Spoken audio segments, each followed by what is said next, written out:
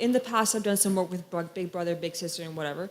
That being said, the most common story I tend to hear from conflicted youth is that they're raised in a single family home, usually with a mom. Dad is either not in the picture, an alcoholic, whatever. So we have this child who is trying to seek ways to make himself healthy and empower himself in ways that a healthy father should have done so, between the formative years of like 1 to 4. So I think you know where I'm going with this.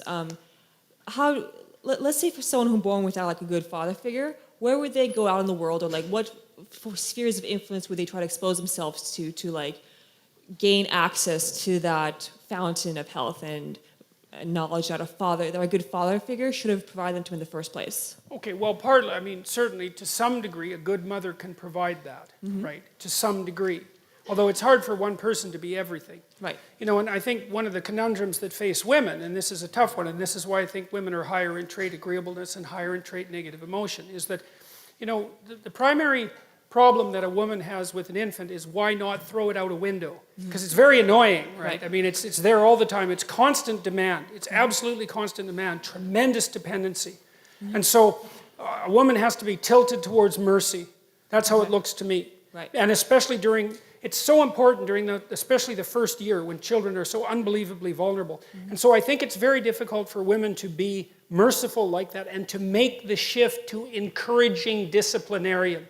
I think that's a very difficult thing for people to do simultaneously. Although, people, I'm not saying that women are always only merciful and men are always only encouraging disciplinarians, but things do sort themselves out to some degree like that. And I think also the biochemical transformations that accompany pregnancy and childbirth and lactation also tilt a mother towards that as well. Because she has to really love that little thing, right? It's number one, no matter what it demands.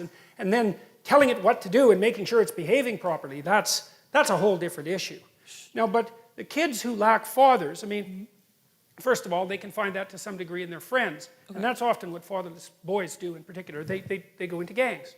And they generate the missing masculinity in the gang. Well, that's not so good because, like, what the hell do they know? Yeah.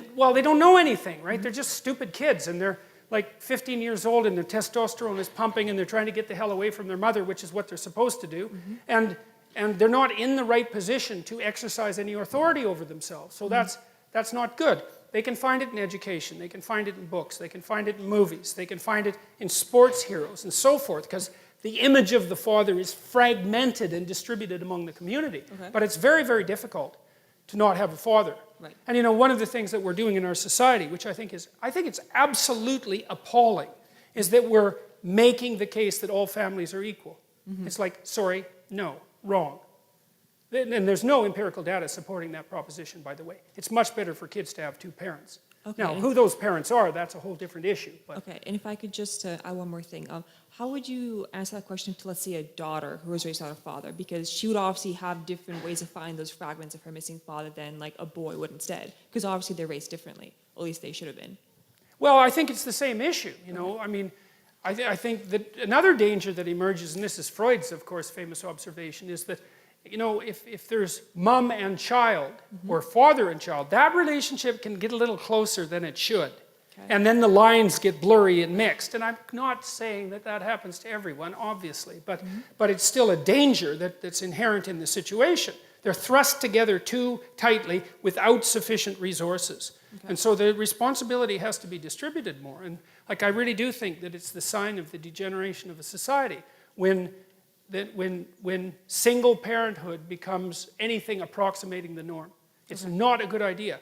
And part of the reason I believe that, and I think this has to do with the overwhelming selfishness of modern life, is that marriage isn't for the people who are married. It's for the children, obviously. And if you can't handle that, grow the hell up. No, I mean seriously. Yeah, okay. Seriously. Once you have kids, it is not about you. Period.